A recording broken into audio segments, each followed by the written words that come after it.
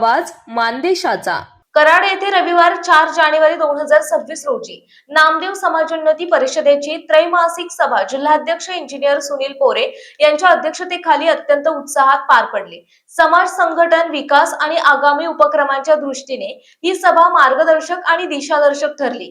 यावेळी कराड येथील नामदेव शिंपी समाज संस्थेच्या नवनिर्वाचित पदाधिकाऱ्यांचा जिल्हा कार्यकारिणीच्या वतीने शाल, पुष्पहार आणि हनुमान चालीसा पुस्तिका देऊन सन्मान करण्यात आला। सभेच्या प्रारंभी जिल्हाध्यक्ष इंजिनियर सुनील पोरे आणि सचिव श्रीकांत फुटाणे यांच्या हस्ते गणेश, संत शिरोमणी संत नामदेव महाराज तसेच विठ्ठल रुक्मिणी यांचे विधिवत पूजन करण्यात आले।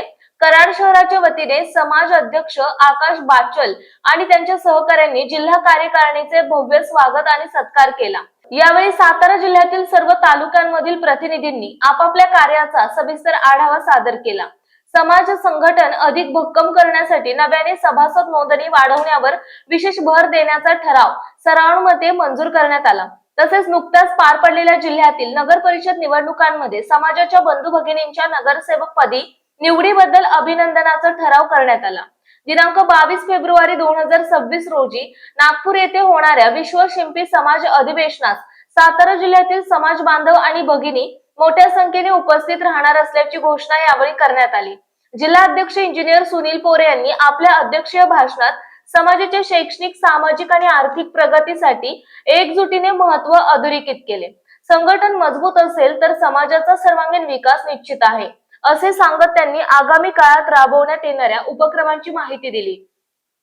त्यांच्या स्पष्ट, अभ्यासपूर्ण आणि प्रेरणादायी मार्गदर्शनामुळे उपस्थितांमध्ये नवचैतन्य संचारले।